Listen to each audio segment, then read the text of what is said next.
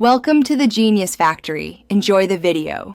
In this video, I will explain how to buy Bitcoin on Coinbase. First, you'll need to create an account. Visit the Coinbase website or download their app, then sign up using your email address and a strong, unique password. After that, you'll verify your identity by providing some personal information, which is a standard security measure.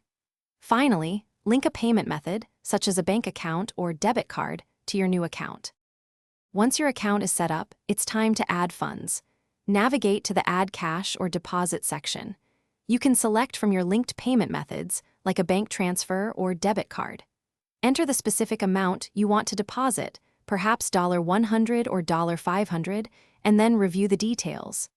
Confirm the transaction, and your funds will be available in your Coinbase account shortly. Now for the exciting part, buying Bitcoin, head to the Buy/Sell tab. From the list of cryptocurrencies, select Bitcoin.